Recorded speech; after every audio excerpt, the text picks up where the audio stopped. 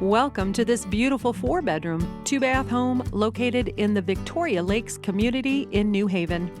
If you've been searching for a home that blends modern efficiency with flexible living space, this one is definitely worth a closer look. Right as you enter, you'll notice a versatile main floor flex room. It's the kind of space that can easily become a home office, a cozy den, or even a guest room, depending on what your lifestyle needs the most. Moving further into the home, the layout opens up into the main living areas where the kitchen, dining space, and family room connect naturally.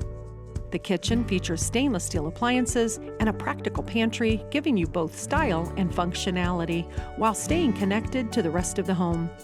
As we continue through the living space, you can imagine gatherings here, whether it's casual weeknight dinners or spending time with friends and family.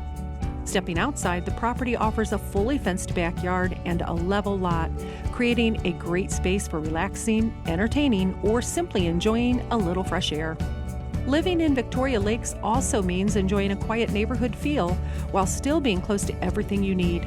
You're just minutes from New Haven's Jury Pool, nearby parks, and the many shopping and dining options in Fort Wayne.